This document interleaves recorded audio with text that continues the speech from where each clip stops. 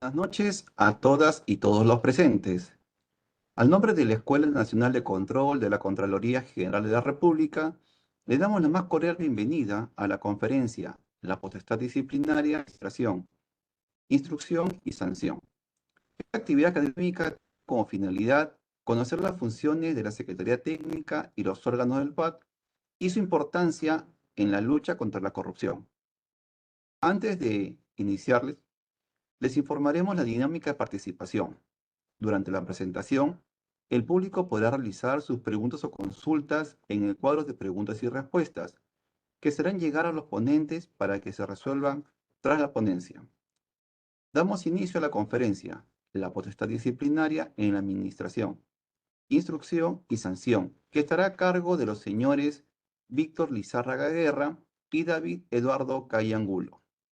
El señor Víctor Lizárraga es máster en Liderazgo y Dirección Pública por la Universidad Internacional Menéndez Pelayo y el Instituto Nacional de Administración Pública de España, con estudios de doctorado en Economía y Gobierno, egresado de la maestría con mención en Derecho Procesal por la Universidad Nacional Mayor de San Marcos.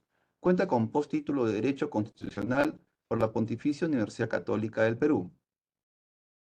Becario top de la Universidad Nacional del Litoral de Argentina y la Organización de Estados Americanos OEA. Actualmente se desempeña como secretario técnico de Procedimiento Administrativo Disciplinario de la Contraloría General de la República. El señor David Eduardo Cayangulo es abogado por la Universidad Nacional de San Marcos, con maestría en Gestión Pública por la Universidad Peruana de Ciencias Aplicadas.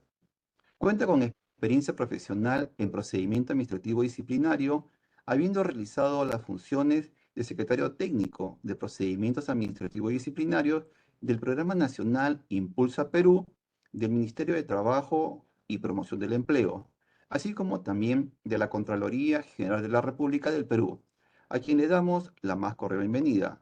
Profesor Víctor Izárraga, por favor, puede iniciar su ponencia. Perfecto, muchísimas gracias, Víctor. Un saludo cordial a la directora, la doctora Cecilia Salgado, por darnos la oportunidad de poder participar en este importante webinar que está muy relacionado al tema de la potestad disciplinaria de la administración pública. Asimismo, quiero saludar al doctor David Calle por acompañarme en el desarrollo de esta conferencia. No hay duda que al finalizar los asistentes sacarán conclusiones importantes en relación a una de las facultades sancionadoras que tiene el aparato público y específicamente dentro del marco de la instrucción y la sanción, justamente para prevenir conductas que atenten contra los bienes jurídicos que se protegen al interior de la administración, pero sobre todo cautelar el prestigio y la buena reputación de las organizaciones y de las entidades públicas, ¿no? En ese sentido, reitero ese agradecimiento y sobre todo a la oportunidad que siempre la escuela nos da para poder difundir estos temas de muchísimo interés. Hoy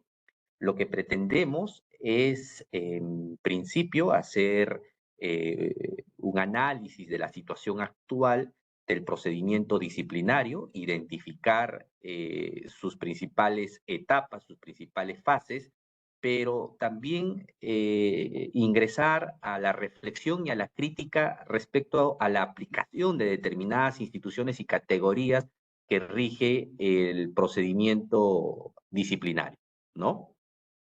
Entonces, si me permiten, vamos a ver los siguientes puntos que son necesarios para esta jornada. A ver, eh, es importante identificar cuáles son los fundamentos de la potestad sancionadora del Estado. En estos últimos tiempos, la administración pública empieza a tener un protagonismo importante en la protección de los bienes jurídicos. No hay duda que esta labor o esta potestad antes estaba concentrado en el Poder Judicial Y claro, como consecuencia también de la complejidad y de las situaciones que meritan ser atendidas y enfrentadas, es que la administración pública empieza a tener esta facultad de sanción.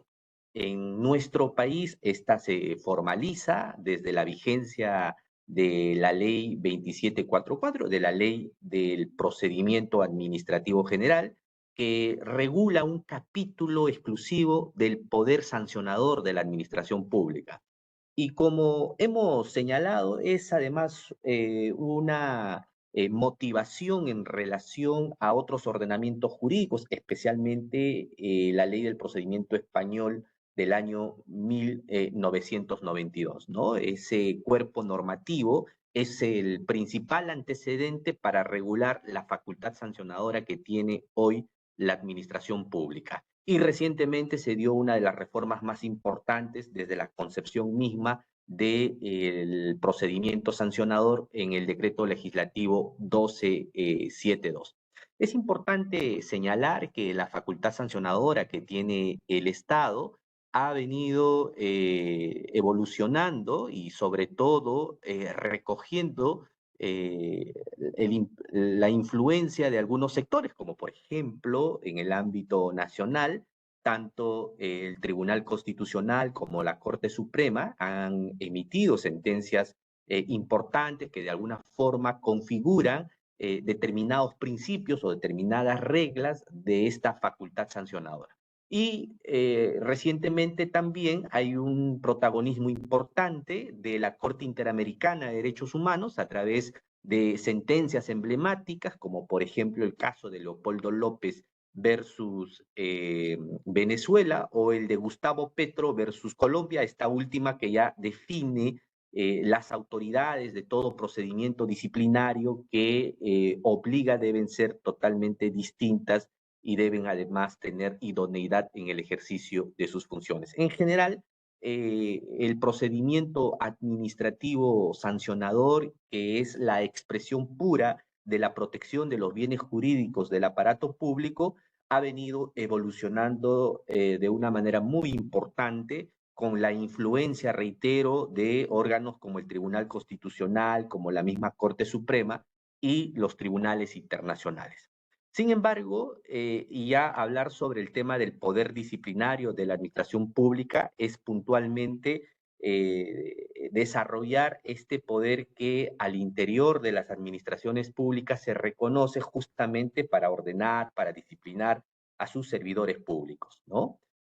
Como ven ustedes, la facultad disciplinaria también es la expresión del jus puniendi único del Estado. Por lo tanto, hay determinadas garantías, hay determinadas reglas que tienen que respetarse y estas en el ámbito disciplinario también tienen que cautelarse, ¿no? Como he señalado al inicio, el poder disciplinario que se le reconoce a las entidades es justamente para ordenar, para proteger sus bienes jurídicos, para proteger la moralidad administrativa, para justamente prevenir actos de corrupción o actos ilegales o incumplimiento de deberes funcionales, ¿no? Si el poder disciplinario funciona en una administración, no hay duda que ésta se va a legitimar a nivel de la sociedad y eso va a contribuir fundamentalmente al Estado de Derecho y al cumplimiento de fines de las administraciones públicas. Por eso es que este poder disciplinario que tienen las administraciones públicas tiene que aplicarse con la sensatez, con la prudencia,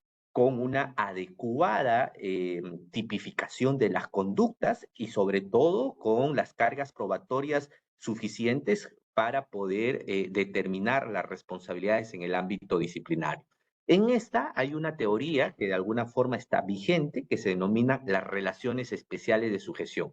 Esta de alguna forma relaja las garantías que a diferencia del derecho penal se aplican en el ámbito disciplinario. Por eso que en el ámbito disciplinario el aparato público actúa de manera inmediata. El típico caso, por ejemplo, de las faltas que están relacionados a acoso sexual, hostigamiento laboral, hostigamiento sexual, hay una reacción inmediata de la entidad para proteger bienes jurídicos elementales dentro de una relación laboral, pero sobre todo de un interés que es la protección de la mujer, ¿no? En ese sentido, En ese sentido, el poder disciplinario tiene que actuar inmediatamente, por eso que hay medidas cautelares, hay medidas preventivas que se reconoce para que pueda ser efectiva. Entonces, esta se fundamenta en esta teoría que Otto Meyer, un jurista alemán, desarrolló en la década del 70, que se denomina relaciones especiales de sujeción, que son los fundamentos del poder disciplinario. Y finalmente, en el ámbito local y regional, el poder disciplinario, como es de su conocimiento, se aplica no solo bajo las reglas de la ley del servicio civil, sino sobre todo bajo las últimas modificaciones que se dan, por ejemplo, en la designación de los secretarios técnicos. Como saben ustedes, la Contraloría ha sido uno de los principales promotores de un nuevo modelo de fiscalización local y regional, y en estas ha propuesto que la designación del secretario técnico sea a propuesta del Ejecutivo, pero elegido por el Consejo Municipal o el Consejo Regional, ¿no? Son avances importantes con el propósito justamente de fortalecer la facultad disciplinaria que se dan en el ámbito local y regional, que seguramente lo vamos a ver más adelante. En conclusión, tendríamos que señalar, hablar del poder sancionador que tiene el Estado nos va a obligar necesariamente a identificar su evolución y sobre todo los aportes que en estos últimos tiempos se vienen identificando tanto en el ámbito jurisdiccional, constitucional y sobre todo las decisiones que la Corte Interamericana de Derechos Humanos emite en relación a lo que implica la configuración de la potestad sancionadora y también de la potestad disciplinaria. Entonces, con esta introducción he querido de alguna manera motivar a los participantes a entender en estricto cuáles son los principales fundamentos y la sustancia misma del poder sancionador del Estado y de la facultad disciplinaria que tiene la administración pública. No hay duda que hay tres libros que siempre deberíamos recurrir porque nos ayudarán seguramente a profundizar. Una primera, que es el libro del profesor Alejandro Nieto. Este ha escrito un libro que lleva por título Derecho Administrativo Sancionador. Es el referente a nivel de Iberoamérica y de lectura obligatoria. Si queremos realmente conocer y dominar las fuentes y las categorías del procedimiento sancionador, tenemos que leer a Alejandro Nieto, ¿no? Es un destacado jurista que, bueno, hace algunos meses ha fallecido, pero que su obra, su legado va a quedar siempre para los estudiosos del derecho administrativo y del derecho sancionador. Luego, si queremos entender la facultad sancionadora y disciplinaria desde una perspectiva más garantista, y en ese sentido el profesor Manuel Gómez Tomillo, que junto con Íñigo Sanz, que además son profesores de algunas maestrías en nuestro país, pero que además los hemos invitado también en la Escuela Nacional de Control, cuando en algún momento tuve ese honor de ser subdirector de posgrado, lo invitamos directamente en nuestros programas de maestría, en nuestros webinarios, justamente para que la comunidad del Sistema Nacional de Control pueda escucharlo, ¿no? Pero son además profesores académicos y su libro, Derecho Administrativo Sancionador, también se convierte en un referente importante para poder entender estas figuras. Y en materia disciplinaria también es el libro del profesor Jorge Iván Rincón. Él ha escrito posiblemente uno de los textos más serios y un referente en Latinoamérica sobre procedimiento disciplinario o sobre poder disciplinario de la administración pública, ¿no? El profesor Jorge Iván Rincón es además profesor del programa de maestría de la Escuela Nacional de Control. Entonces, creo que en ese sentido estos tres libros ayudarán a ubicarnos desde el punto de vista sustantivo, dogmático, que es lo que se necesita justamente para entender la esencia de la facultad sancionadora y disciplinaria. Dicho eso, ahora sí quiero aterrizar a los temas ya más específicos y seguramente de interés de los asistentes, que está relacionado a qué hace la Secretaría Técnica, cuáles son sus principales funciones, cuáles son sus principales atribuciones y luego David Calle terminará con casos prácticos en relación a los temas disciplinarios. Veamos entonces en relación a lo que es la Secretaría Técnica. Recientemente hemos asumido la Secretaría Técnica de Procesos Disciplinarios de la Contraloría, un equipo maravilloso, pero sobre todo comprometido con esos valores que inicialmente hemos señalado, ¿no? Que significa resguardar el prestigio, el orden de nuestra institución para que ésta pueda ser un referente dentro del aparato público, y eso implica también tomar las mejores decisiones. Y en ese sentido, la Secretaría Técnica cumple una labor de apoyo al desarrollo de los procedimientos disciplinarios, ¿no? Recordarán muchos de ustedes que antes, bajo la lógica del decreto legislativo 276, existían las comisiones permanentes y comisiones especiales de procedimientos disciplinarios, ¿no? Estas se encargaban de evaluar, calificar, instruir y enviaban la propuesta al titular de la entidad para que pueda sancionar. Hoy esto ha sido reformado, tiene una visión descentralista a partir de septiembre del año 2014, donde la función de instructor y sancionador puede ser el jefe inmediato o en su defecto el jefe de recursos humanos o el titular de la entidad, dependiendo de la sanción. Pero en todo este contexto, quien brinda todo el apoyo es la Secretaría Técnica. Para eso hay un equipo importante que está pendiente del éxito de estos procesos. Por otro lado, la designación del secretario técnico puede darse en adición a sus funciones y además contar con el apoyo de determinados profesionales de la organización. En estos últimos tiempos, en la Secretaría Técnica de la Contraloría General de la República, hay diferentes casos que se vienen desarrollando y obliga necesariamente contar con los profesionales más competentes para asumir esta tramitación con la prudencia, con las garantías, pero sobre todo con la firmeza que se necesita, ¿no? Si existe una vulneración de algunas reglas, de algunas faltas disciplinarias, entonces tendrá que actuarse y para tal efecto someterse también a el marco general, que en este caso es la Ley del Procedimiento Administrativo General, su régimen especial que está previsto en la Ley del Servicio Civil y su propia reglamentación, pero siempre tomando en consideración los pronunciamientos que sobre el particular se han dado en el ámbito constitucional y en el ámbito de la convencionalidad. Eh, ¿Cuáles son las principales funciones de la Secretaría Técnica, no?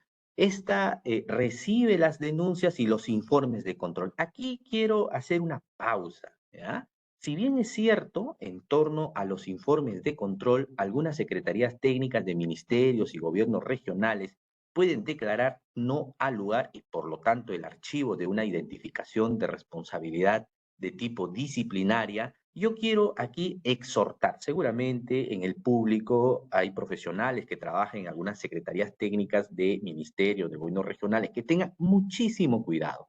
El secretario técnico, si bien es cierto, tiene la facultad de declarar no al lugar el inicio de un procedimiento disciplinario como consecuencia de un informe de control, pero sobre el particular hay que entender tres cosas puntuales. Primero, que los informes de control en el ámbito administrativo tienen una naturaleza de prueba preconstituida, a tal extremo, por ejemplo, en el caso de la facultad sancionadora que tiene la Contraloría, esta solo puede iniciarse como consecuencia de un informe de control, ¿no? Por ejemplo, este es un claro ejemplo. Otro aspecto es que los informes de control son sujetos a un proceso de planificación, un trabajo técnico, un trabajo de gabinete y por lo tanto la elaboración de un informe donde participan diferentes profesionales. Y en tercer lugar, el informe de control está sujeto a un conjunto de garantías que no solo está prevista en la ley 27752, que es la ley del Sistema Nacional de Control y de la Contraloría General de la República, sino que además los informes de control, especialmente cuando identifican responsabilidades, como es de su conocimiento, también están envueltos en una regulación de normas internacionales que están previstas en la ISAI. Por eso es que mi recomendación a los secretarios técnicos de ministerio, gobierno local, gobierno regional y de todas las entidades, que cuando existe un informe de control tenga muchísima prudencia al momento de declarar no al lugar el inicio del procedimiento disciplinario. Por ejemplo, el Servir ahí ha sacado un pronunciamiento Siguiente, por favor. El Servir ha sacado un pronunciamiento, un informe técnico, el número 1138, ¿no? ¿Puede la Secretaría Técnica del Procedimiento Administrativo Disciplinario disponer el archivo de denuncias derivadas del informe de control en el régimen disciplinario de la Ley 357? ¿Qué es lo que dice el Servir en este informe técnico? El secretario técnico tiene la potestad para declarar el no al lugar de la denuncia que se efectúe contra un servidor, por lo que también puede declarar el no al lugar de las recomendaciones contenidas en un informe de control referidas al deslinde de responsabilidades administrativas, si tiene la certeza que no existen méritos suficientes para iniciar un procedimiento administrativo disciplinario, siendo importante, miren ustedes, y aquí por favor hay que resaltar estos términos, siendo importante que el secretario técnico motive su decisión ante el titular de identidad, quien es el responsable de informar las medidas adoptadas ante el órgano de control institucional. Entonces, el informe técnico del Servir habilita al secretario técnico a declarar no al lugar el inicio de un procedimiento disciplinario como consecuencia de una recomendación de un informe de control con una condición: motivar. ¿Pero qué significa motivar? No hay duda que sobre este podríamos señalar, fundamentar, argumentar, incorporar determinadas categorías, posiblemente recoger algunas jurisprudencias o algunos textos o algunas citas importantes de juristas. Entonces, eso se convierte en una motivación. Fíjense, para mí esto es muy delicado. Hay que tener muchísimo cuidado al momento de declarar no al lugar el inicio de procedimientos disciplinarios como consecuencia de un informe de control. No es porque finalmente es un informe emitido por la Contraloría como órgano constitucionalmente autónomo y tenemos que obedecer todo lo que dice, o como decía en un momento Montesquieu, la Contraloría debería ser la boca de la ley, pero con ese parangón tampoco podríamos nosotros abiertamente aceptarlas, pero implica necesariamente que tiene que haber muchísima prudencia. Por los tres aspectos que les he señalado, ¿no? Primero, porque tiene un carácter de prueba preconstituida.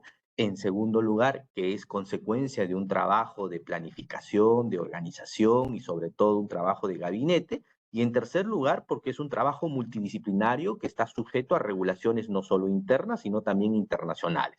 Aquí hay que tener muchísima prudencia. Yo, sinceramente, a título personal, obvio, no estoy de acuerdo con este informe técnico. Seguramente podemos generar alguna discusión en el desarrollo de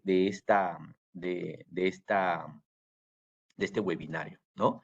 Entonces, esa sería como un aspecto. Por favor, regresemos a la parte ya de las funciones del secretario técnico. La siguiente, retrocede.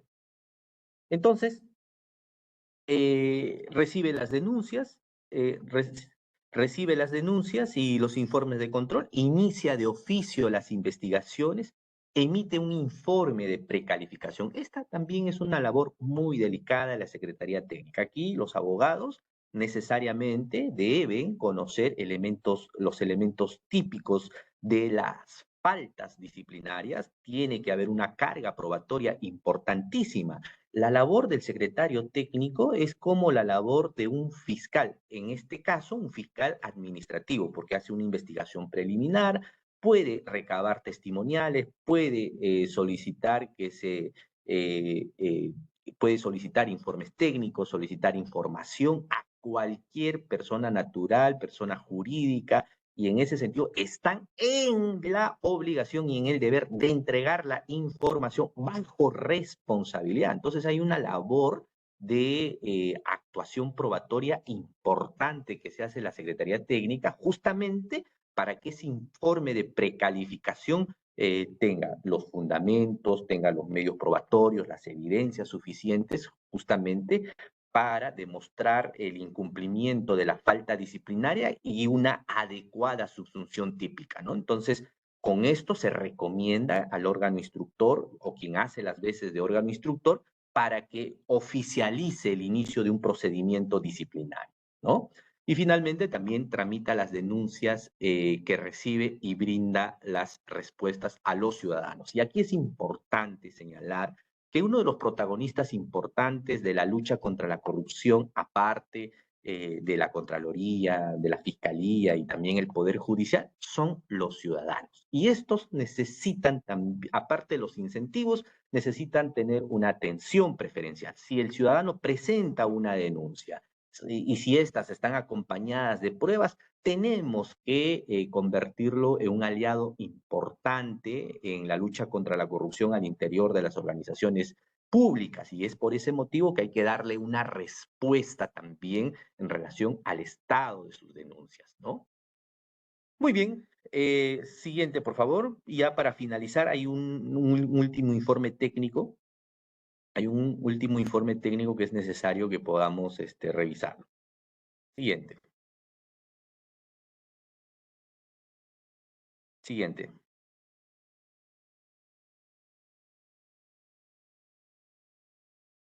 Ok. Y, y frente a un informe técnico, el 1466 del 2017,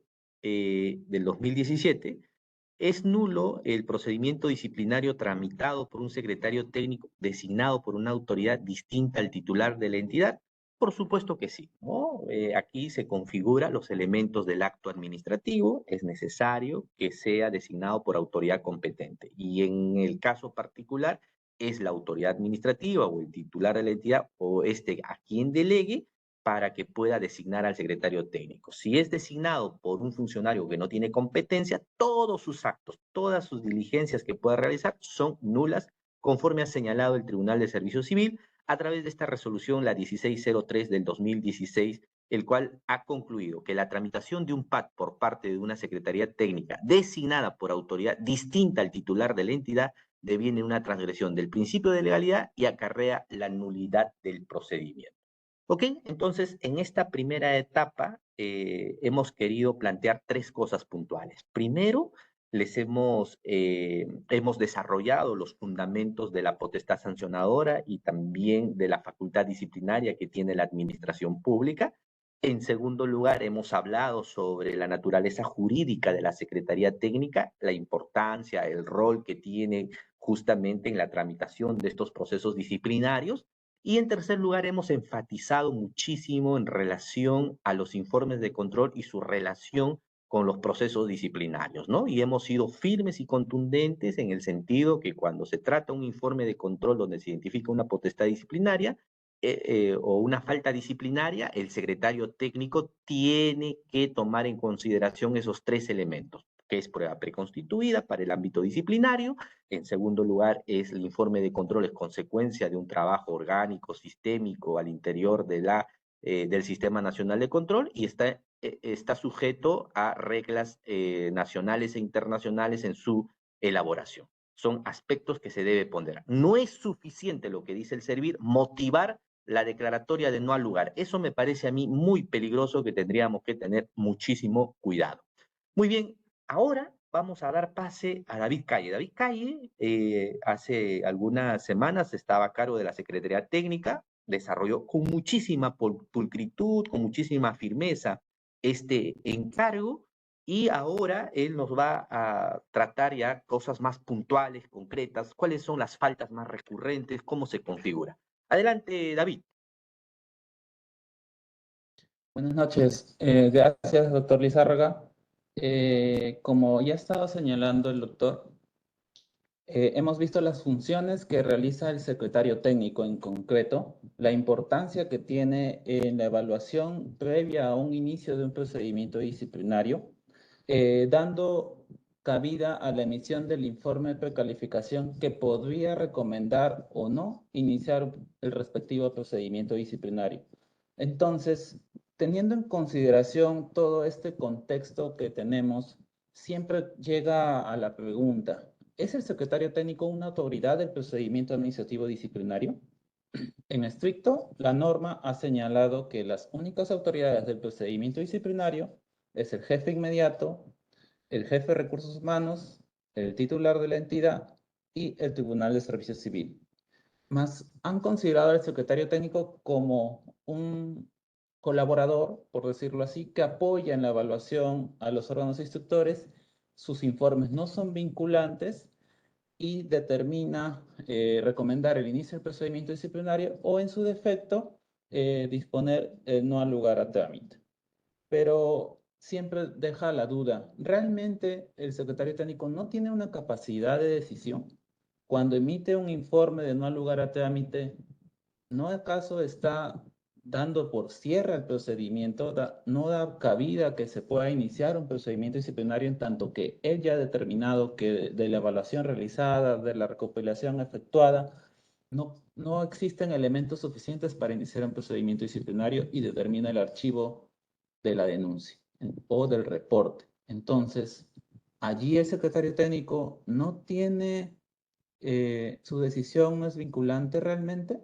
Entonces, ¿cómo podemos determinar eso? Servir en realidad ha cerrado sus opiniones indicando que el secretario técnico no es de una opinión vinculante, no es una autoridad del PAT, sino es una, por decirlo, un apoyo a las autoridades, y como que su recomendación, al no ser vinculante, no sabemos qué va a pasar, si se va a iniciar o no el procedimiento disciplinario, porque bien puede ocurrir que el órgano instructor determine no al lugar a trámite. Entonces, de momento vamos indicando que, de acuerdo a la ley, el secretario técnico no es una autoridad del procedimiento disciplinario. ¿Quiénes son las autoridades del procedimiento disciplinario? Lo hemos señalado hace un momento: el jefe de recursos humanos, el jefe inmediato, el titular de la entidad y el Tribunal de Servicio Civil. Pero acá vamos a centrarnos en imaginar que el informe de precalificación emitido por el secretario técnico luego de la evaluación de los hechos está recomendando iniciar un procedimiento administrativo disciplinario. Entonces, en este informe de precalificación, en el que se está recomendando iniciar un procedimiento disciplinario, ¿qué es lo que debe principalmente determinarse o señalarse para que la autoridad, el jefe inmediato, el órgano instructor o el jefe de recursos humanos, dependiendo de la sanción, determine qué hacer? Entonces, cuando es un caso de amonestación escrita, la norma señala que el jefe inmediato es el órgano instructor, pero a la vez también va a actuar como órgano sancionador. Este proceso, por decirlo así, en casos de amonestación escrita, es un caso especial de la norma, ya que vemos que en una misma autoridad, instructor sancionador, se va a instruir y además se va a sancionar al posible servidor. ¿Qué podría conllevar a esto? No hay una doble instancia, por decirlo así, se podría afectar algún procedimiento. Bueno, tenemos que decir que la norma ha señalado en concreto quiénes son las autoridades y, por tanto, al momento de que se impone una sanción, el servidor tiene la potestad de iniciar una fase recursiva interponiendo el recurso de apelación, que dará como consecuencia a que el jefe de recursos humanos pueda evaluar esta decisión que ha tomado la autoridad para verificar si efectivamente correspondía o no iniciar el procedimiento disciplinario, sancionar a la persona por la falta cometida. Ese es en el caso de la amonestación escrita. En el caso de la suspensión, la norma señala que la autoridad que va a iniciar el procedimiento es el jefe inmediato, mientras que quien va a sancionar es el jefe de recursos humanos o quien haga sus veces. Y en la destitución, por comisión de faltas muy graves principalmente, como por ejemplo muchos casos de hostigamiento sexual que hemos podido tener incluso en esta entidad, instruye el jefe de recursos humanos y sanciona el titular de la entidad. Asimismo, en una segunda instancia, quien va a resolver en los casos de suspensión y destitución cuando se interpone un recurso de apelación va a ser el Tribunal del Servicio Civil. ¿Qué es lo que ocurre en la fase instructora? El órgano instructor, como consecuencia del informe de recomendación de inicio que emite el secretario técnico, va a revisar este informe. ¿Y qué es lo primero que tiene que hacer? Primero, como toda autoridad, debe de verificar todos los actuados o medios probatorios o pruebas indiciarias realizadas por la Secretaría Técnica para eventualmente determinar si efectivamente la falta o el hecho que constituiría una presunta falta disciplinaria debe ser procesada e iniciarse un procedimiento disciplinario. El órgano instructor podría solicitar información adicional, pedir documentos a diversas unidades orgánicas para tener una mayor convicción o corroborar algunos hechos que quizás como autoridad le resulten mayor relevancia para poder tomar una decisión. Una vez que tiene esta evaluación hecha y decide acoger la recomendación brindada por la Secretaría Técnica, el órgano instructor procede a emitir el documento a través del cual dispone el inicio del procedimiento disciplinario. Servir en sus informes técnicos ha señalado que en estricto el documento puede ser no tiene una formalidad, es decir, no necesariamente debe ser una resolución, puede ser una carta, que generalmente es lo que, por ejemplo, utilizamos mucho acá, las cartas para iniciar el procedimiento disciplinario. ¿Qué es lo que debe contener esta carta? La carta debe contener la identificación de la falta, el hecho, la descripción de cómo se había realizado este hecho, señalar el plazo para que el servidor pueda presentar sus descargos o además solicitar la actuación probatoria y determinar fehacientemente cuál es la falta que se le está imputando, es decir, la falta y la posible sanción a imponer en el procedimiento. Debemos de precisar que muchas veces ocurre esto, que el servidor dice, ya me están sancionando al momento de imponer de recibir una notificación de inicio de procedimiento disciplinario porque dicen, mira, en la carta tú me estás diciendo, órgano instructor, que la conducta al cual estoy siendo procesado ya se me va a imponer una sanción de amonestación escrita o de repente una sanción de suspensión o destitución, dando a entender que se está haciendo un adelantamiento de pronunciamiento.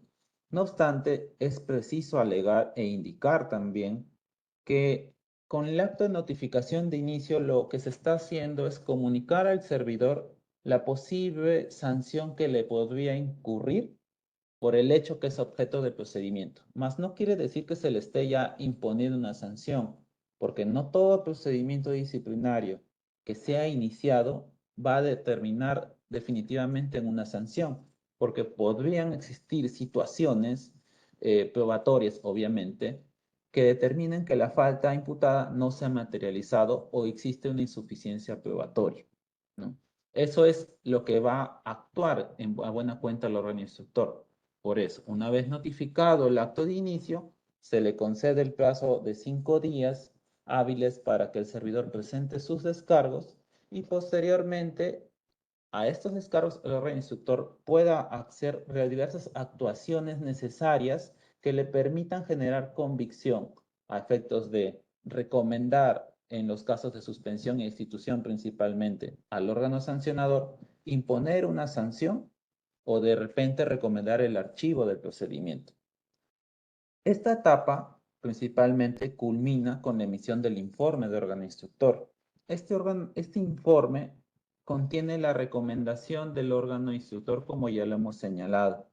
Aquí principalmente se va a determinar los descargos, desvirtuar posiblemente los descargos del servidor o en todo caso indicar que el servidor con lo que ha señalado y los medios probatorios actuados por el órgano sancionador ha desvirtuado la falta que se le imputa. En ese sentido, podría recomendar archivar el procedimiento, podría recomendar imponer una sanción, como que podría también imponer una sanción menor a por la que se inició el procedimiento disciplinario. Servir ha señalado en sus informes técnicos que la autoridad que inicia el procedimiento disciplinario, por ejemplo, una suspensión, el órgano instructor, una vez iniciado el procedimiento, no podría imponer o recomendar imponer una sanción mayor, es decir, una destitución. En tanto que esto iría en contra de lo que es el principio de la reforma en peor y ya vulneraría todo el procedimiento, ya que desde el acto de inicio, que es el documento más importante en un procedimiento disciplinario, ha marcado cuáles son las reglas del proceso.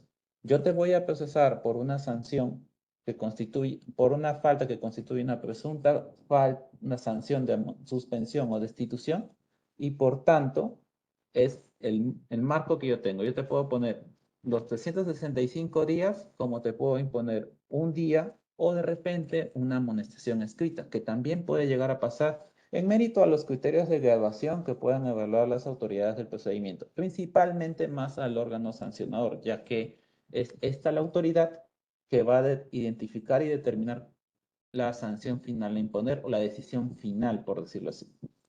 El órgano instructor evalúa los descargos. El órgano instructor emite una opinión en base a lo que ha evaluado y señala en base a los criterios de graduación qué es lo que se va a realizar. Y esta recomendación es elevada al órgano sancionador. Adicionalmente, como ya hemos señalado, en los medios probatorios que realiza el órgano instructor puede solicitar la actuación probatoria. Además, como que el mismo imputado puede solicitar que se realice ciertos medios probatorios.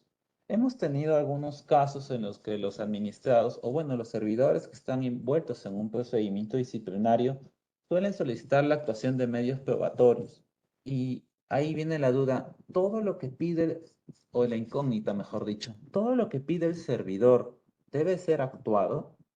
Entonces, la autoridad del procedimiento, en este caso la fase instructora, el órgano instructor va a evaluar lo que es la pertinencia del medio probatorio realizado. Es decir, tiene que ser la actuación de un medio probatorio que vaya relacionado al hecho.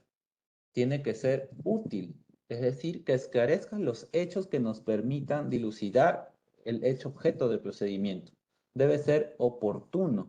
Yo voy a solicitar la actuación de un medio probatorio que va a regular en la instancia correspondiente y me va a permitir desvirtuar el hecho imputado. No puede ser cualquier medio probatorio que se solicite y principalmente debe ser un medio probatorio lícito, es decir, que no exista una prohibición de realizar.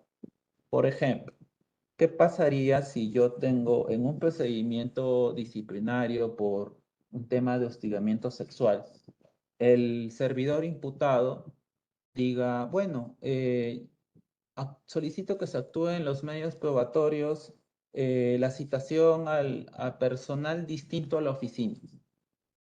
Entonces, ¿cuál es la pertinencia de esas declaraciones si no son, uno, personas que están inmersas en la misma unidad orgánica o donde se ha materializado el hecho? No tienen ninguna, porque no tienen elementos circundantes, no conocen de repente la víctima, o solamente los convoca o solicita su actuación con la finalidad de prolongar el procedimiento y empapelar al órgano instructor para que no pueda continuar con el procedimiento. Entonces, ahí es donde el órgano instructor debe de evaluar estos pedidos de información, verificar la necesidad, la utilidad, la licitud, la pertinencia de los mismos y en todo caso puede simplemente disponer, no, estos medios probatorios no te voy a actuar sustentando por qué lo va a realizar. Y eso obviamente lo va a estar materializando en su informe de órgano instructor. El órgano instructor también puede, en la medida de lo posible y en la medida en que se den casos, a solicitar la acumulación de procedimientos. Es decir, que el mismo servidor, ante su autoridad, se encuentre involucrado por hechos que tengan una conexión, que exista una compatibilidad entre autoridades, por ejemplo, o sea, ambos procedimientos, sanción de suspensión, ¿no? Distinto sería si fuera un procedimiento de amonestación escrita y uno de suspensión o destitución, porque las autoridades de por sí son distintas y no existiría esa posibilidad de acumular estos expedientes, ¿no? Estas son características o actividades que puede hacer el órgano instructor. Y alguna vez se preguntarán, en algunos procedimientos, los servidores en la fase instructora solicitan la realización de un informe oral ante el órgano instructor. En estricto, ¿se puede realizar? ¿Es factible realizar esta situación en en la fase instructora? En nuestra casuística que hemos tenido como experiencia, les comento que nosotros, con la finalidad de no ver afectado el derecho a la defensa del servidor, más que indicar que sea un informe oral en estricto, el órgano instructor ha estado concediendo el uso de la palabra del señor, además de sus descargos, para efectos de que pueda determinar y decir qué más puede explicar en base a sus descargos que ha realizado, independientemente que luego en la fase sancionadora se lleve a cabo el informe oral ante la autoridad competente, ¿no? Entonces, en los casos que pueda ocurrir esto, como experiencia de lo que hemos tenido en este periodo como Secretaría Técnica, no vemos alguna afectación al hecho de que se pueda hacer un informe oral, por decirlo así, como un uso de la palabra, en una fase instructora, siempre y cuando también vea la relevancia y pertinencia, ¿no? También puede ocurrir que no se rinde este informe oral y simplemente se vaya a la fase sancionadora, que es la etapa correspondiente donde por norma se realiza esta actuación probatoria en estricto. ¿Qué ocurre una vez que se emite el informe del órgano instructor?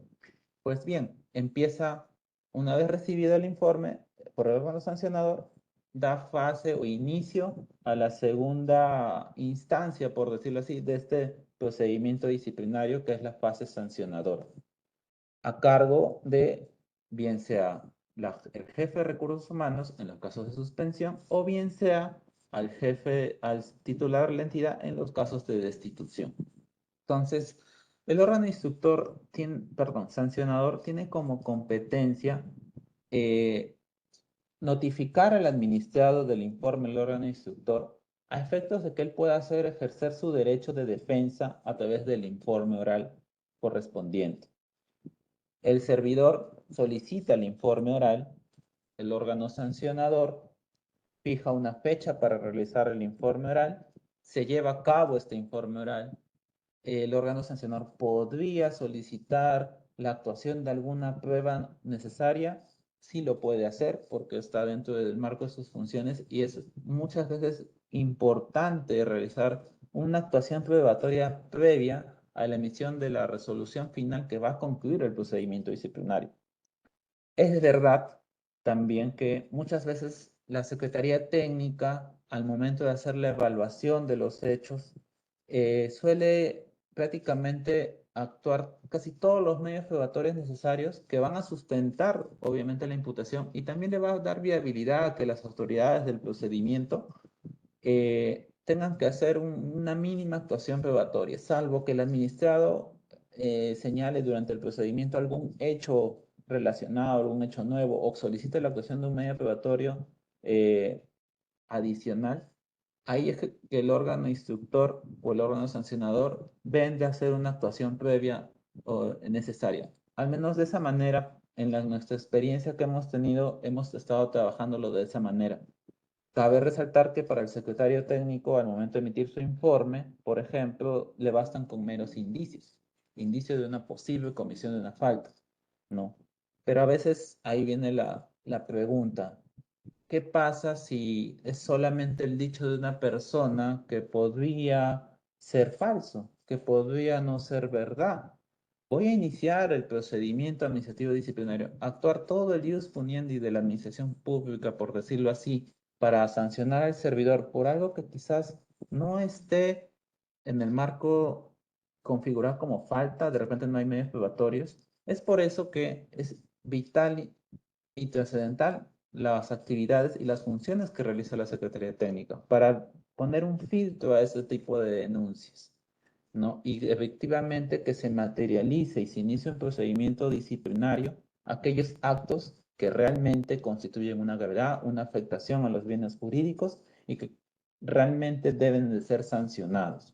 Entonces, ¿el órgano sancionador puede hacer actuaciones probatorias? Sí, las mínimas necesarias, no está impedido, y luego emite su resolución.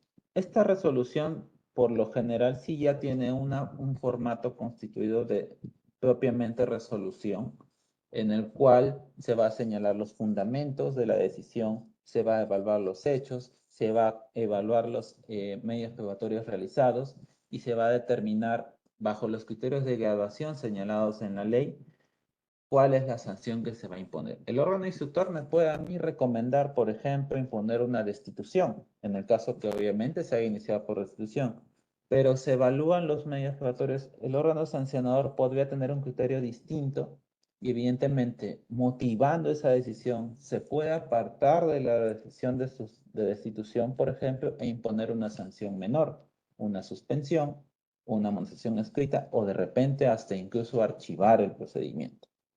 Entonces, algo que siempre va a marcar el procedimiento disciplinario y es algo de vital importancia es el acto de inicio. El acto de inicio va a determinar las reglas del procedimiento, va a determinar quiénes son los instructores, va a determinar quién va a ser el sancionador, va a determinar cuál va a ser la falta que se va a imputar y la posible sanción a imponer.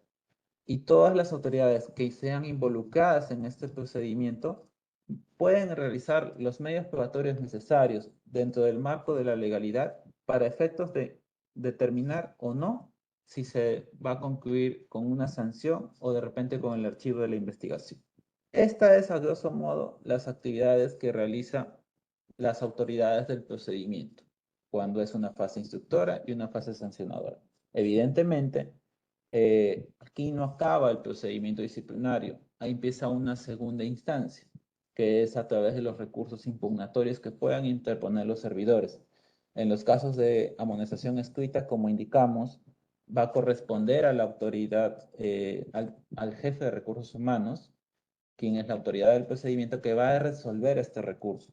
Y a veces ocurre que en un procedimiento iniciado con suspensión, el jefe de recursos humanos impone una amonestación escrita. Entonces, el servidor interpone el recurso de apelación. Por norma, se señala que la sanción de amonestación escrita es resuelta por el jefe de recursos humanos. Pero si en este caso el jefe de recursos humanos ya sancionó, ya emitió un pronunciamiento, es necesario que vaya a servir. La respuesta y lo que hemos podido advertir de todos los pronunciamientos emitidos por servir es que le corresponde, evidentemente, al jefe de recursos humanos resolver este recurso, pero obviamente si se encuentra dentro del marco de alguna causal de abstención por haber participado ya como autoridad en el procedimiento, debe de formular su abstención para que su jefe inmediato seleccione o designe a la autoridad que va a resolver este recurso de apelación, pese a que se inició con una suspensión. O sea, lo que debemos de entender acá en el procedimiento disciplinario, en las sanciones, principalmente cuando vamos a la fase recursiva, es ver cuál es la sanción que se ha impuesto. Así se ha iniciado con una destitución y se impone una sanción de amonestación escrita, no va a ir al Tribunal del Servicio Civil en apelación, va a ir al jefe de recursos humanos realizar esta evaluación de este recurso de apelación. Y si esta autoridad ya formó parte del procedimiento, ya participó bien como instructor, bien como sancionador, evidentemente lo que corresponde es que haga el caso su abstención para que se designe la autoridad que va a resolver, ¿no? Ahora, algo que hemos visto y hemos podido identificar es qué es lo que nos ha dicho el Tribunal del Servicio Civil respecto a ciertas faltas que son constituidas como graves o muy graves. La tipificada en el literal D del artículo 85 de la Ley del Servicio Civil habla de la negligencia en el ejercicio de sus funciones. Anteriormente, las entidades imputaban como negligencia el hecho de no haber, por ejemplo, asistido correctamente a la entidad, no portar su photocheck, como una falta de negligencia, una prohibición, una obligación, un deber que tiene un servidor en la entidad. Y por eso, ante estas situaciones, Servir emitió precedentes vinculantes que además conllevaron a establecer cuáles son las reglas que todas las entidades deben evaluar al momento de realizar la imputación por este tipo de falta.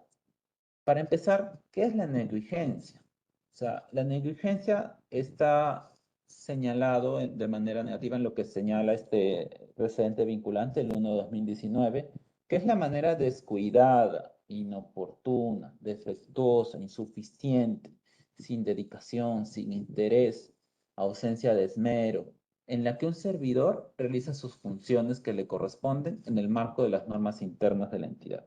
Entonces, yo debo de tener bien clara cuáles son mis funciones. Por eso, para imputar esta falta, las funciones que cada servidor debe cumplir debe estar determinada con tal claridad y precisión en las normas complementarias a las que se remiten, por ejemplo, un contrato de trabajo o los documentos de gestión de la entidad, bien sea su manual de puestos o su clasificador de puestos, su reglamento de funciones, donde se señalen cuáles son las funciones o actividades que va a realizar el administrado, el servidor, a buena cuenta. Y además, estas funciones deben de tener un conocimiento previo. Yo no le podría imputar a una persona que no cumplió, por ejemplo, con la emisión de su informe respectivo, si dentro de sus funciones no estaba la emisión del informe respectivo. Entonces, debe haber un grado de relación. Tu función que incumpliste y tú tenías que haber previamente tenido esta función especificada en los documentos de gestión y además de haber reconocido estas normas, estas funciones, perdón. Posteriormente, ante los vacíos que también existía o ante las dudas de muchas entidades, Servir emitió un pronunciamiento, la Sala Plena, la resolución 01-2023, en la que se precisó que la negligencia no solamente son las funciones inherentes al puesto, sino que también es factible imponer o recomendar un inicio de procedimiento por caso de negligencia en la que sus funciones, cuando los servidores, en adición a sus funciones, reciben ciertos encargos o ciertas acciones que deben de realizar. Por ejemplo, los órganos instructores en un procedimiento disciplinario. Entonces, digamos que la falta no solo se configura por las funciones que están señaladas en nuestro contrato CAS, por ejemplo, en nuestras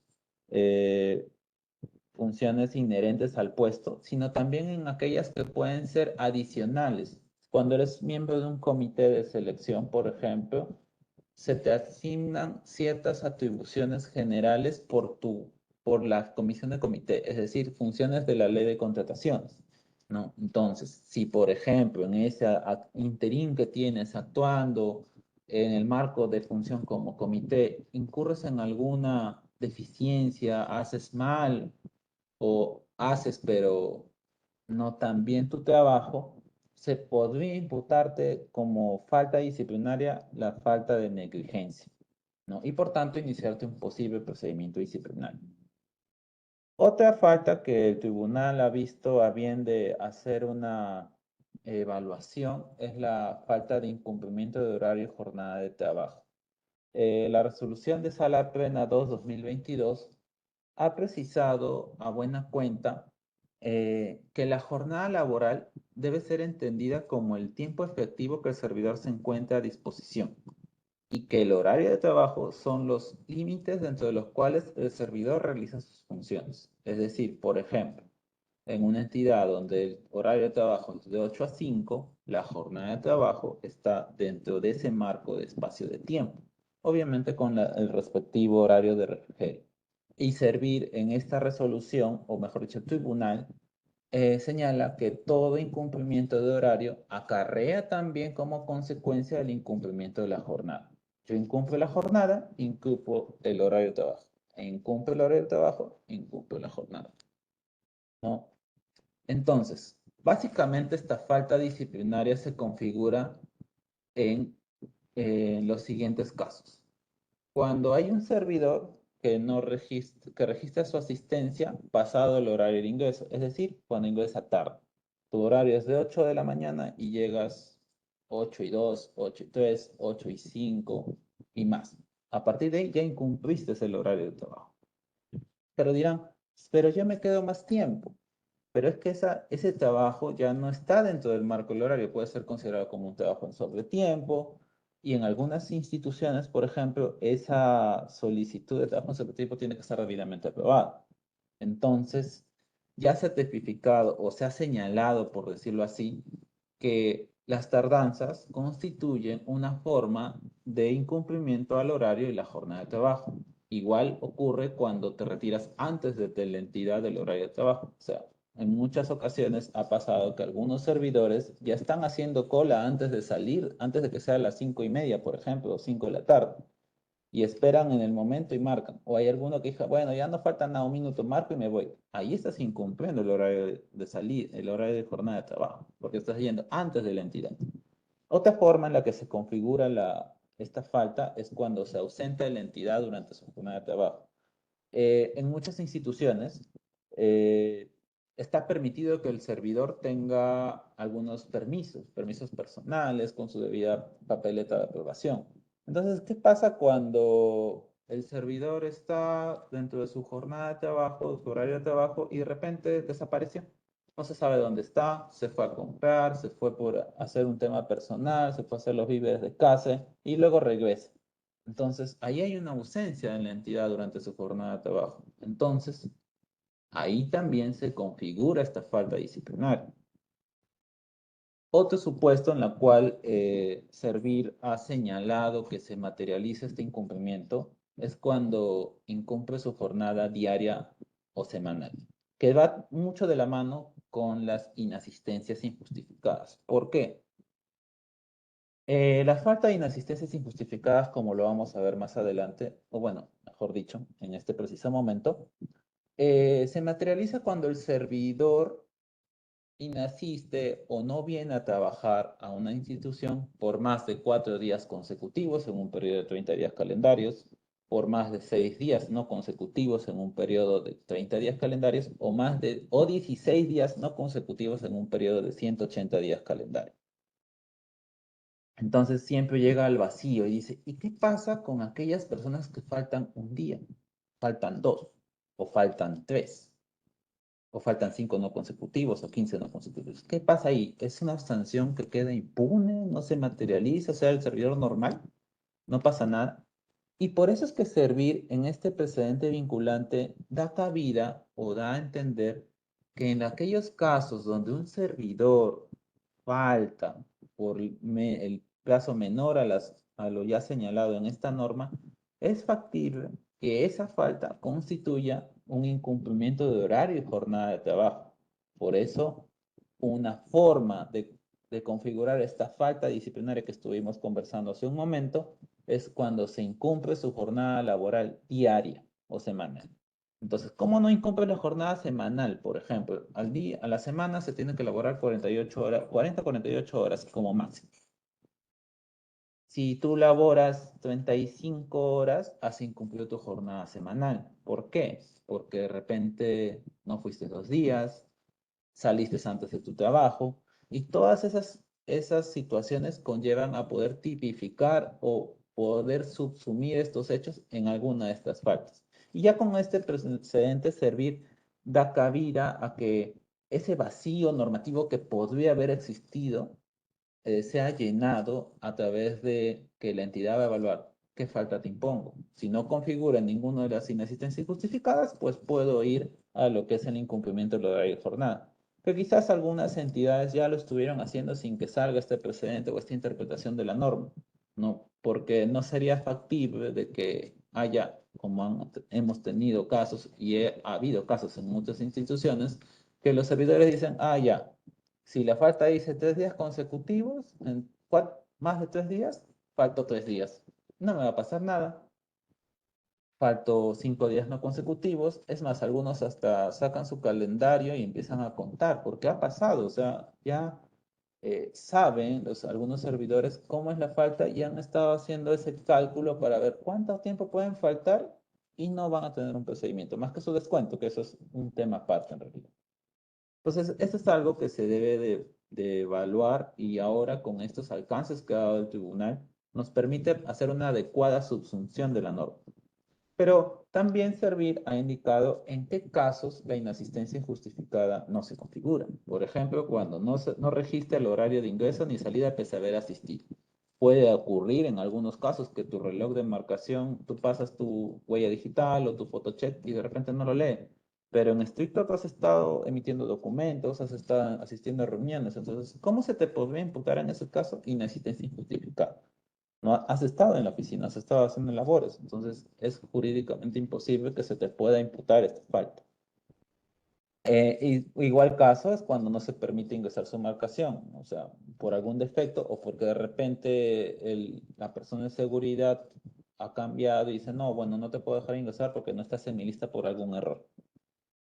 Cuando ingresa tarde, se retira antes del horario. Ya hemos señalado que esto no constituye una inasistencia, sino que constituye un cumplimiento de horario de trabajo. Y el servidor no tenga la obligación de asistir. Por ejemplo, en un feriado no laborable al sector público, yo le voy a decir, el servidor no trabajó, no vino, inasistió, entonces hay que abrir un procedimiento. Señor, pero él no tenía la obligación de asistir. Entonces no te puede imputar esta falta. Estos son más o menos los alcances que hemos podido ver relacionados a las faltas disciplinarias en los cuales el Tribunal de Servicio Civil ha emitido un pronunciamiento, ¿no? Con esto hemos querido dar algunos alcances y coadyuvar a la labor que realizan en las secretarías técnicas, quizás dar algunos alcances escuetos, no tan profundos, de las funciones del órgano instructor y el órgano sancionador, y ver qué es lo que puede realizar cada autoridad del procedimiento. Y como lo señalaba el doctor Lizarraga, la importancia, y creo que sí se debe de inculcar, ¿no?, en todas las entidades. La Secretaría Técnica es una, por decirlo, un órgano, un conjunto, una oficina, que no es que no sea vinculante, eso ya desde mi perspectiva o mi opinión personal, no es que no es vinculante, cumple un rol trascendental, importante en lo que son la correcta administración de justicia, o perdón, la correcta administración del servicio que brinda las entidades del Estado. No es posible que existan secretarías técnicas que tengan un secretario técnico y solamente esa persona se encarga de ver toda la institución.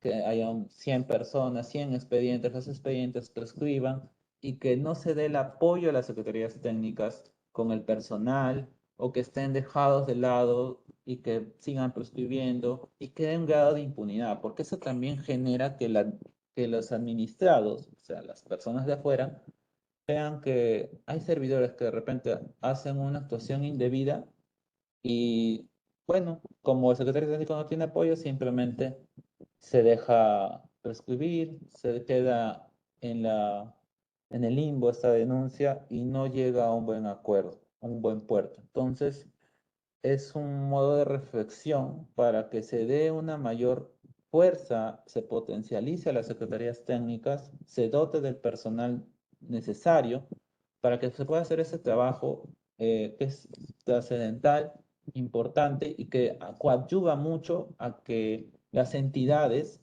puedan realmente ejecutar de manera adecuada y correcta sus funciones. Buscar lo que es la gestión pública, el valor público en beneficio de la sociedad. Eso sería toda mi parte. Muchas gracias. Perfecto, perfecto, David. Muy interesante tu participación. En verdad, hemos creado muchísima expectativa en los participantes. Mira, tenemos más de 25 o 30 preguntas. Miren, vamos a ser muy dinámicos, vamos a procurar responder todas las inquietudes de los participantes. Algunas preguntas voy a absolverlas y luego, David, te paso para que hagas así comentarios rapidísimos, así como los pimpones que normalmente se hacen para poder dar respuestas muy ligeras y si hay algunas donde necesitamos ampliar y profundizar, lo hacemos. ¿Te parece? De acuerdo. Muy bien. A ver, Johnny nos dice, ¿quién supervisa o controla los informes de precalificación de la Secretaría Técnica del PAT? A ver, David. Bien.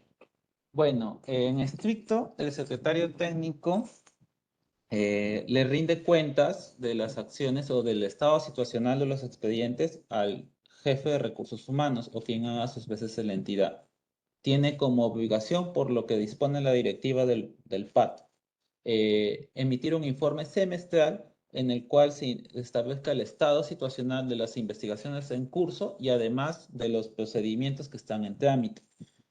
Por lo general, de experiencia, nosotros solemos informar con fechas de prescripción y el estado situacional en que se encuentra, ¿no? Las opiniones que emite el secretario técnico cuando se trata de informes de inicio de PAT, obviamente son evaluadas por los instructores y ellos determinan si van a cambiar un tema, la imputación, si van a verificar de repente la falta, pueden modificarlo, está dentro de sus funciones y sus actuaciones. Pero en los casos de no al lugares, ¿cómo queda allí?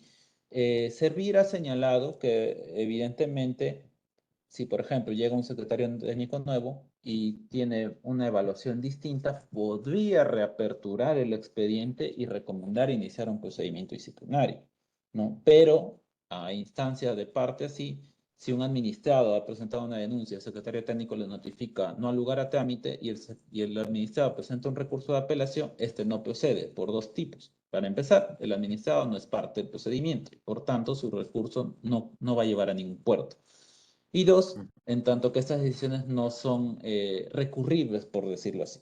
Solamente servirá esa pauta, por decirlo menos. El secretario técnico nuevo o una persona distinta podría evaluar qué pasó y de repente recomendar iniciar un procedimiento. Y obviamente sin perjuicio del deslinde que pudiera haber contra el secretario técnico que hizo mal su evaluación. Actuó negligentemente, por ejemplo.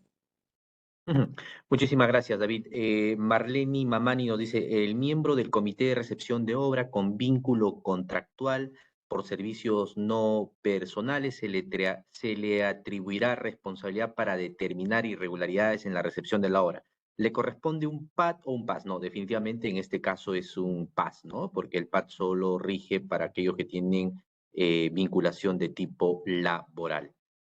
Carol Ceballos nos dice, buenas noches, doctores. En el 2022, el OCE alertó a una municipalidad sobre las contrataciones de bienes y servicios de esta con empresas donde los socios mayoritarios son hermanos de un regidor. El OCI solicitó información sobre el estado del PAD a la Secretaría Técnica, pero al parecer todavía estos no iniciaron acciones. ¿Incurren en falta? Bueno, no olvidemos que también hay una etapa de investigación preliminar. Seguramente la Secretaría Técnica está reuniendo las evidencias y los medios probatorios necesarios para emitir su opinión. A ver, luego nos dice, eh, nos dice Newton Ramos, dice, ¿se puede iniciar proceso disciplinario contra el titular de la entidad? David, por favor. ¿Se puede iniciar proceso disciplinario contra el titular de la entidad? La ley del servicio civil ha establecido a qué tipos de servidores o funcionarios les es aplicable el régimen disciplinario en el marco de la ley 30057, ¿no? Y ahí ha precisado en estricto que a los titulares de las entidades, congresistas, presidente, titulares de las organismos autónomas, no les es alcanzable el régimen disciplinario. No, a buena cuenta, a los que les podría llegar un procedimiento disciplinario en el marco de la ley de servicio civil son a los que ocupan los cargos de funcionarios, por ejemplo, los viceministros, los secretarios generales, ¿no? Más no al titular en estricto. Efectivamente, ¿no? Tienen la misma lógica que en el procedimiento sancionador de la Contraloría en torno a su ámbito subjetivo. Muy bien, vamos a leer la pregunta de Adriano Chapa. Nos dice, ¿es necesario que se emita la resolución que declara prescrito el PAD para iniciar el deslinde de responsabilidades? David.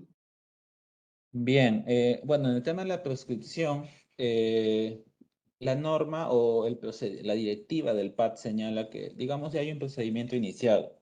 ¿Y qué pasa si se excedió el plazo del año? Lo que debe hacerse ahí es la Secretaría Técnica debe emitir un documento en el cual se le informa al titular de la entidad esta situación para que se declare la prescripción del procedimiento. Y una vez que se declara la prescripción, se debe de realizar el deslinde de responsabilidades contra los que dejaron prescribir esta situación. En la práctica, nosotros, por ejemplo, hacemos el seguimiento de los casos y cuando advertimos ciertas deficiencias o que ya está por prescribir, emitimos alguna alerta. Y el órgano instructor nos informa, sí, ya está, ya emitimos el informe, o de repente simplemente no se ha hecho y corresponde, en base a lo que nos informan, reportamos al titular de la entidad para que declare la prescripción y con ello se inicia el deslinde de responsabilidades contra los que dejaron prescribir, archivándose obviamente el PAD que era objeto de procedimiento. Ujú. Manuel Nieves nos dice si un informe de precalificación, el secretario técnico recomendó la sanción de suspensión. Sin embargo, el órgano instructor varía la amonestación escrita. Entonces él concluye, ¿tendría que contradecir sus propios informes de precalificación el órgano instructor? Sí, efectivamente, como hemos señalado, las secretarías técnicas emiten recomendaciones, sus informes no tienen un carácter vinculante, a diferencia del órgano instructor y sancionador, que tienen una configuración totalmente distinta a la Secretaría Técnica. Como muy bien ha señalado David, el instructor y el sancionador son autoridades del procedimiento administrativo disciplinario y están y tienen competencias y atribuciones como para imponer la sanción o recomendar el inicio y también recomendar las sanciones que corresponden en el caso particular del instructor.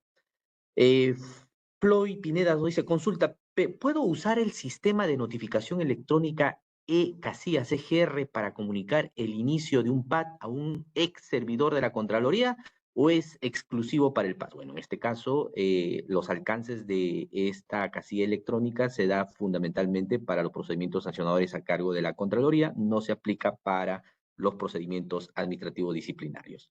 Adriano Chapa nos dice, ¿es necesario que haya una resolución que designe al órgano instructor o solo se verifica con los documentos de gestión? David. El órgano instructor, como lo hemos señalado, es establecido y fijado en el informe de precalificación. Y efectivamente, para señalar quién va a ser la autoridad, va a depender de qué tipo de sanción se va a aplicar. Y a efectos de señalar si, por ejemplo, quién es el jefe inmediato de un servidor, es necesario incurrir a los documentos de gestión de la entidad para fijar de quién depende tal oficina. Por ejemplo, alguien de legajo, personal, logística, depende generalmente de la sugerencia de abastecimiento o logística de una entidad o de repente de la Dirección General de Administración. Por tanto, se podría decir que él sería el jefe inmediato de esta persona que comete una falta. Entonces, es relevante e importante que estén los documentos de gestión para determinar quiénes son las autoridades del PAT. Perfecto, David. Otra pregunta también para ti. ¿Cuánto es el plazo máximo que tiene el secretario técnico para emitir su informe? Esta pregunta es interesante, dado que la norma establece que el secretario técnico recibe una denuncia, por ejemplo, y tiene que emitir una comunicación al denunciante en el plazo de 30 días calendario de recibir, perdón, hábiles. Entonces, ¿significa que en 30 días el secretario técnico tiene que hacer toda su labor de preinvestigación, emitir el informe? Pues servirá de indicado en un informe técnico que, bueno, no tengo el número exacto, pero lo vamos a ver de compartir, que ha dicho que el secretario técnico no tiene un plazo para emitir el informe. El plazo está señalado por los plazos de prescripción en estricto. Obviamente, lo que no quiere decir es que no se haga una actuación célere o rápida de la investigación. Siempre el plazo de la emisión del informe va a estar sujeto al plazo de prescripción, pero ojo, hay que tener en cuenta que si tú recomiendas iniciar un procedimiento disciplinario y si te vas al límite un día antes de la prescripción, vas a darle nada para que el organizador pueda iniciar el procedimiento y entonces va a caer en prescripción. Entonces hay que tener en cuenta esa figura, ¿no? En recomendación sería brindar a la autoridad, siempre que se inicie un procedimiento disciplinario, un plazo razonable para que también pueda evaluar tu recomendación y así disponer si se inicia o no el procedimiento, ¿no? Ujú. Perfecto. Maribel Castillo nos dice, ¿por qué las comisiones de control no consideran las funciones de los administrados y son subjetivos? Bueno, en este sentido, las comisiones de control tienen que garantizar el debido proceso, están sujetos a las normas que se establecen en el ámbito del control, pero además existe un mecanismo de revisión de los informes de control. No hay duda que los que realizan auditoría, y especialmente cuando tienen que identificar responsabilidades, deben contar con la diligencia debida. Muy bien, dice Katy, nos dice, ¿con atenuantes se podría reducir una amonestación a verbal? Efectivamente, ¿no? Los atenuantes sirven justamente para eh, hacer una ponderación en relación a la decisión final que pueda emitir el órgano sancionador. Bueno, y así existen varias preguntas, muchos agradecen, piden que se comparta la presentación, lo vamos a hacer con mucha eh, consideración a ustedes, los participantes. Creo que en su mayoría ya estamos finalizando. Por acá hay una última pregunta. David, dice, de Rob Alexander, dice, ¿cuánto es el plazo máximo que tiene el secretario técnico del PAT? Bueno, eso ya hemos respondido. Creo que las demás preguntas tienen alguna relación. A ver, acá hay una pregunta de Osvaldo Castillo, nos dice, ¿los locadores de servicios que infringen las normas internas de la entidad se inicia un PAS o un PAT o un PAS, ¿no? Como hemos señalado, el PAT solo para aquellos que tienen vínculo laboral y si son locadores de servicio sería un PAS toda vez que están dentro de los alcances de la novena disposición final y transitoria de la ley 27785. ¿A quién se dirigen los informes que declaran no al lugar a trámite el PAT? David, a ver, para ya finalizar, ya 2 preguntas más y cerramos. ¿A quién se dirigen los informes que declaran no al lugar el trámite del procedimiento disciplinario? Como hemos señalado, el secretario técnico puede emitir un informe no al lugar a trámite. ¿A quién va dirigido? En estricto, no va dirigido a una unidad orgánica en específico. En la práctica, por ejemplo, nosotros se cierra acá en la Secretaría Técnica y se informa a la gerencia de recursos humanos o la gerencia capital en estricto en la Contraloría cuál es el estado del procedimiento al momento de hacer nuestro informe semestral. Ujú. Perfecto. Y cerramos con esta última pregunta de Anthony Giovanni, quien nos dice, buenas noches, si mediante un informe de control se identifica responsabilidad penal sobre un servidor y luego la Secretaría Técnica inicia un procedimiento disciplinario y resulta efectivamente sancionado, ¿la acción penal quedaría sin efecto? ¿Qué sucedería, Anthony? Como es de tu conocimiento, hay una categoría que está regulado en la ley del procedimiento administrativo general, la 2744, que es la autonomía de responsabilidades, ¿no? La responsabilidad penal es independiente de la responsabilidad administrativa o de la responsabilidad civil, pero hay que tener muchísimo cuidado con la aplicación del non bis in idem, y hay una sentencia del Tribunal Constitucional, la 2050 del año 2002, que desarrolla las reglas de su inaplicación y aplicación del non bis in idem. En fin, bueno, han sido muy generosos nuestros participantes, estimado David, con el agradecimiento, y además vamos a compartir también las preguntas. Y como siempre, muy agradecidos a nuestra alma mater, la Escuela Nacional de Control, por darnos la oportunidad de poder hablar sobre temas disciplinarios, para poder también absolver algunas dudas. Y encantadísimo siempre de poder participar a toda convocatoria que a la Secretaría Técnica de Procesos Disciplinarios de la Contraloría se pueda realizar. Muchísimas gracias, estimado Víctor Rojas. Finalmente, queremos agradecer la participación del señor Víctor Lizárraga Guerra y al señor David Calle Angulo y felicitarlos por la dedicación y el tiempo ofrecido para el beneficio de los funcionarios y servidores públicos. Muchas gracias, estimados caballeros. Muchas gracias. Gracias. Asimismo, agradecer nuevamente la asistencia de cada uno de ustedes. Les recordamos que la información de nuestros servicios académicos se encuentra en la portal web www.enc.edu.pe.